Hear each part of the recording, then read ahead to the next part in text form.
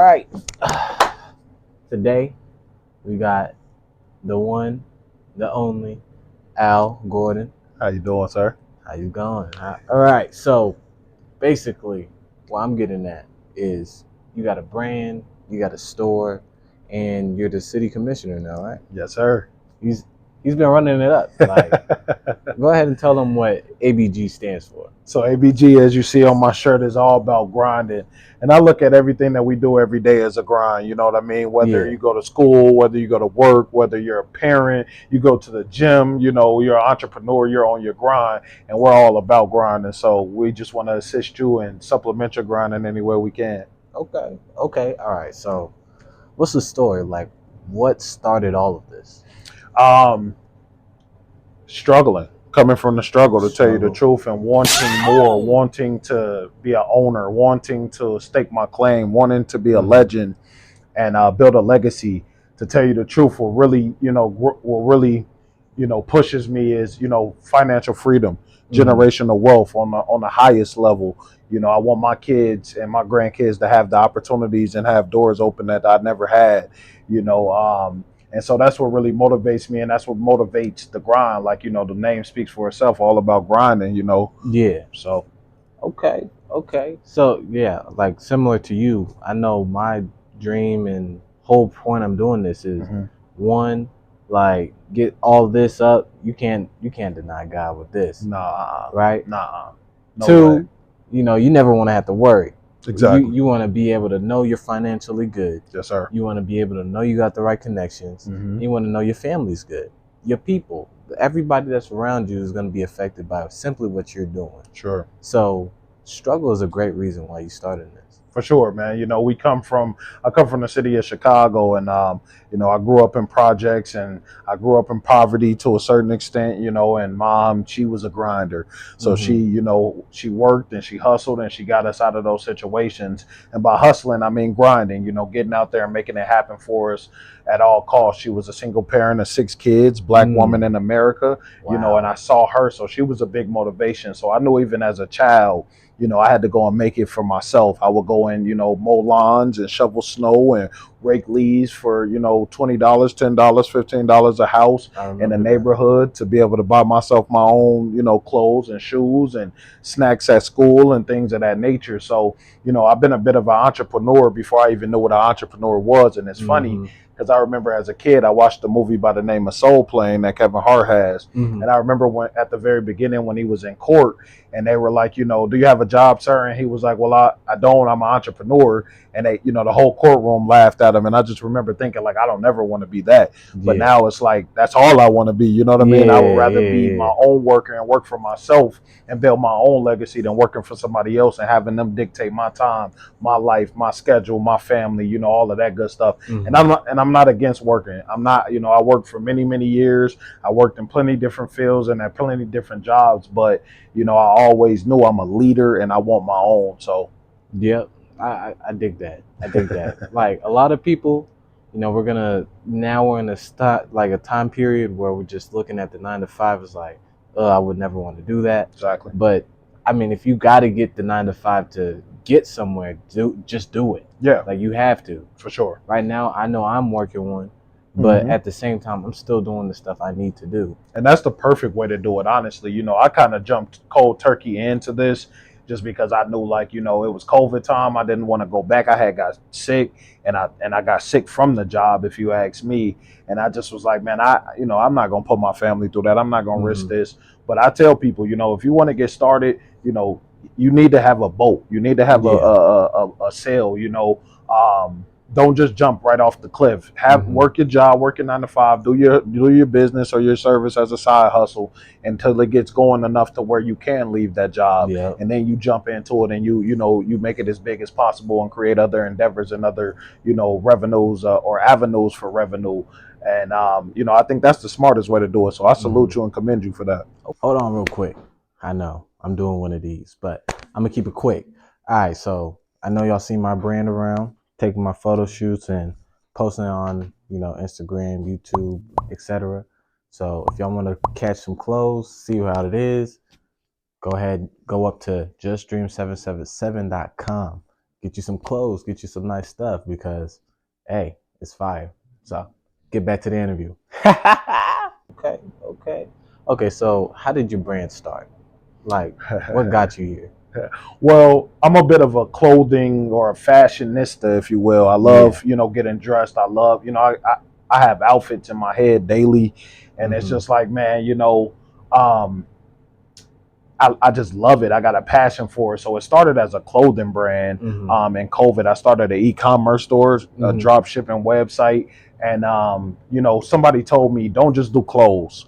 If you're going to do it all. Because just think about how many clothing brands are out there. Yeah, and I was like, that's genius. So I basically started like my very own Amazon is what I like to call it. Yeah. I got things up there. I got about 400 products, things from coffee mugs to, shower curtains and comforters and tennis balls and, plenty different, items and material that I have my brand on. And we were coming out of COVID, and I noticed that people wanted to come out again. People wanted to be in person and have that, face-to-face interaction. People were going back into the store. So I was like, I want a brick and mortar. I want something I can physically touch, something that I can go and open the doors to every day. So I went out looking for some real estate, and I happened to stumble across this old bank that had been closed down for 5 years, which is what we're sitting in now. And I didn't know what it was. I didn't know how I was going to do it. I saw the drive-through window, and I'm like, God whispered in my ear, this is you. And I was like, God, I don't know what you're doing, how you going to do it for me, but, I'm going to follow your path. And before I know it, we here 3 years, going on 3 years here, Said you was all for it. I was all for it. Yes, sir. And that's the biggest thing about faith. I love that. I love that. And you got to have faith when you're in entrepreneurship, especially when you're in business. You got to have, I'd say, two things: faith and desire. You got to have faith in the Lord, and you got to have a desire and a purpose to make this thing succeed no matter what it looks like. Because I'm going to tell you, entrepreneurship is one of the hardest things to do, especially having a brick and mortar, having a storefront, that overhead, because, you're new into it. People don't know your brand. People don't know your business. You're learning. I started off as a convenience store. I was selling chips and candies, and now I switched over to different products. So all of that, that comes with it, the failures, the trials, the tribulations, and you got to have that faith in God to know I'm here for a reason. And you got to have that desire in yourself to know I can do this no matter what. So, and we are, like, a lot of us in this space like to say you got to be almost delusional to keep doing this. Like it'll be nights you'll see no progress at all. It's just constant over and over. It's like, yo, I just need to give up. But then you keep pushing. It's like, I would always say, level 100 ain't gonna be that easy. Oh no. Every level has a boss. That's simple. Video games, in life, and anything you do. So yes, sir. If you can't put the work in, you can't practice, train, keep on grinding to get there. Yep. You're never gonna get nowhere, man. Exactly. You're never gonna get nowhere. Even in a 9 to 5. I mean, you doing this the whole time. It's like once you get to that time when it's time to retire, it's not like you get to enjoy your retirement. Right. Exactly.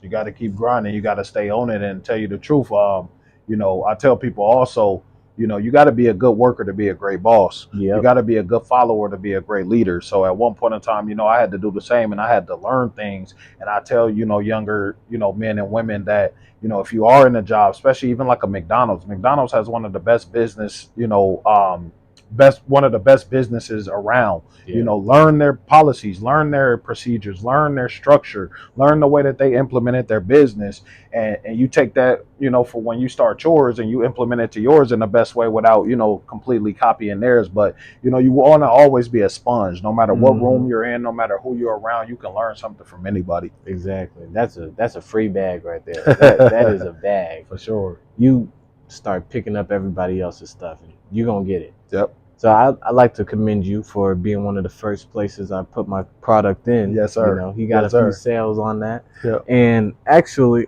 I don't know if you have it still, but he gave me a book. Now, you want to tell them about that book? I have so many, man, and I give them out so much. I'm going to be honest. I'm drawing a blank on which one did I give you. Was it Think and Grow Rich? The Guerrilla Marketing. Yeah. So I have, there was a woman who was wandering around my store. She was looking for an insurance place, and she happened to stop in, and we just started talking, and we built this little relationship, and she would come in and support and just give me pointers and stuff.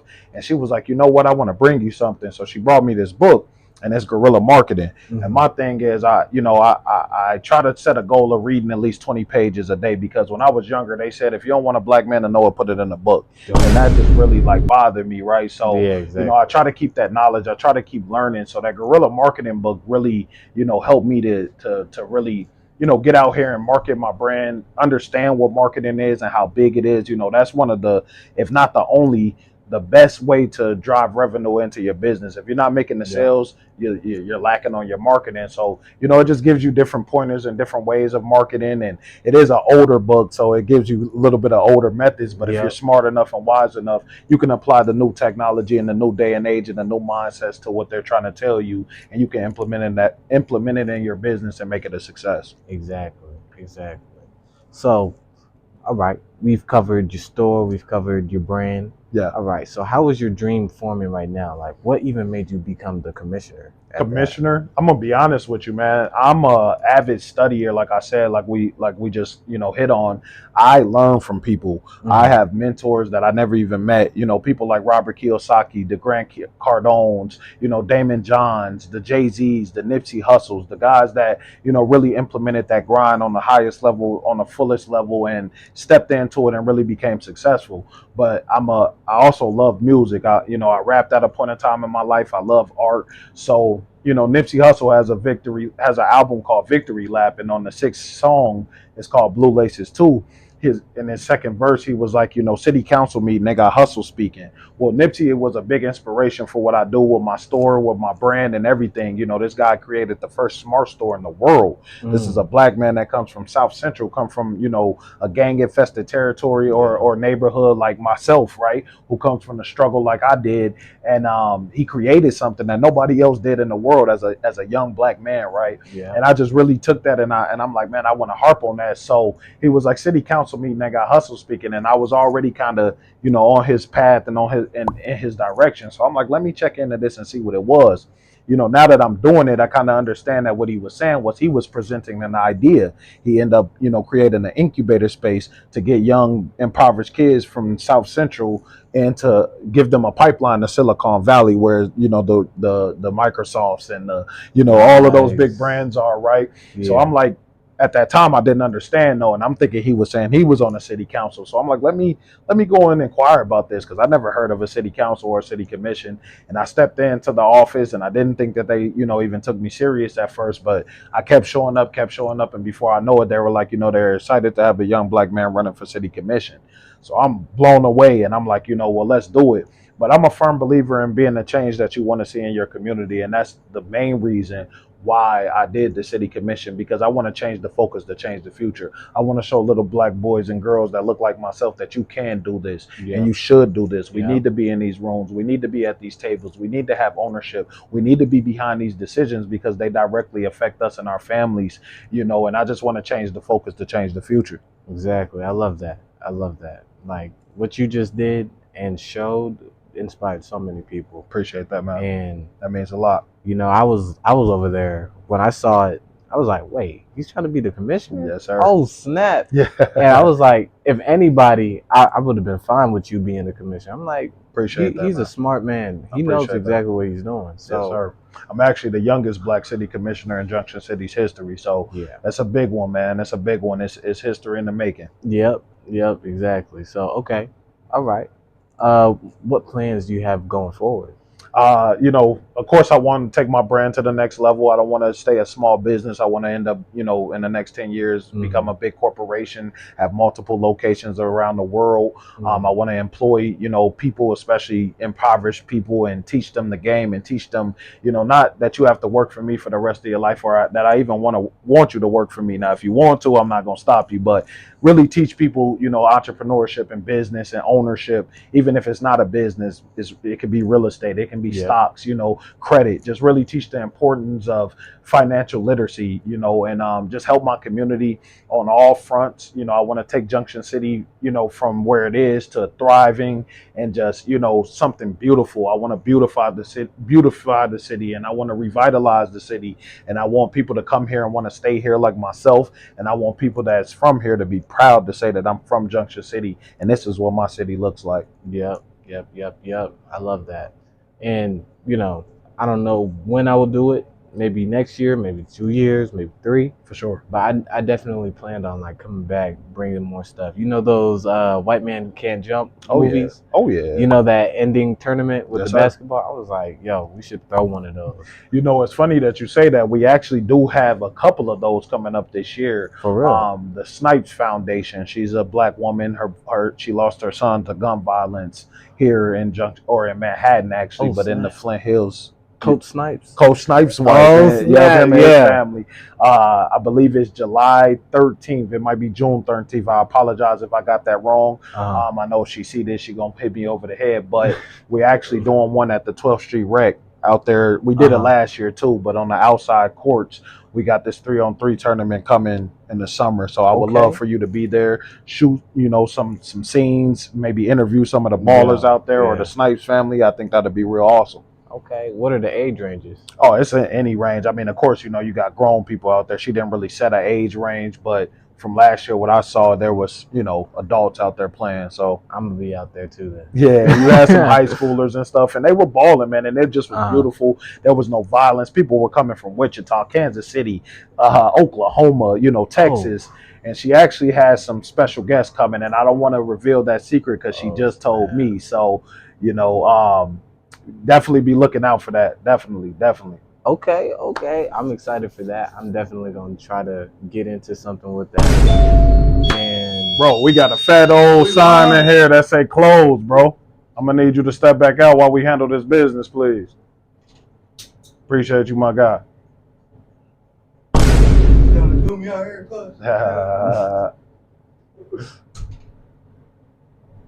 But anyways, like I was saying, I'm definitely excited for that. I'm most definitely gonna try to pop out to that. Yes, sir. I would love to have you, man. Yeah.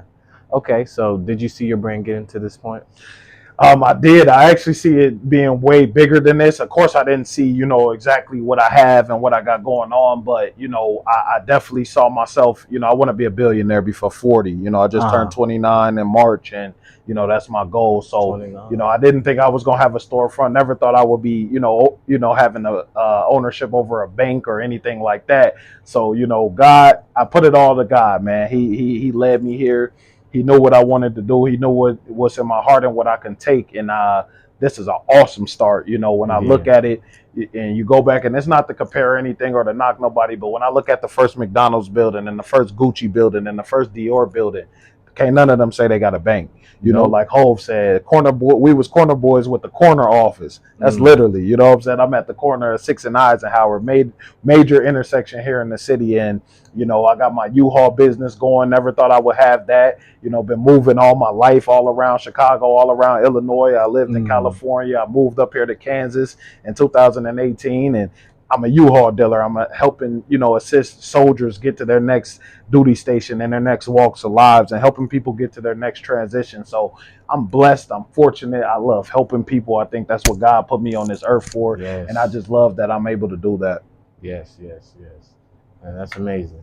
Any last words for the people out there watching? I just want to say thank you for tuning in. Thank y'all for listening. You can support me at Commissioner Gordon on all social medias. My website is www.allaboutgrindingllc.com. I just want to say you guys need to really support this young man. He is a blessing. His mindset, his grind, he motivates me every day. I get on Facebook and I watch him. I remember when he was making videos himself, just giving motivational speeches like I used to do. And not saying he did it because of me, but he was doing his own thing. And I just was like, man, this young guy at the age he is really on it and doing his thing. And I wish I had that mindset at that time. So I just want to say, I really appreciate you for this opportunity. I appreciate you for taking the time out of your day to come and, interview me and have me here and be here with me myself and just sharing your knowledge and expertise on what you do. And I just want to say I salute you and keep going and doing what you do. I see you, brother. Thank you. Yes, sir. All right. I hope y'all enjoy it. I'm going to see you on the next one because we is out.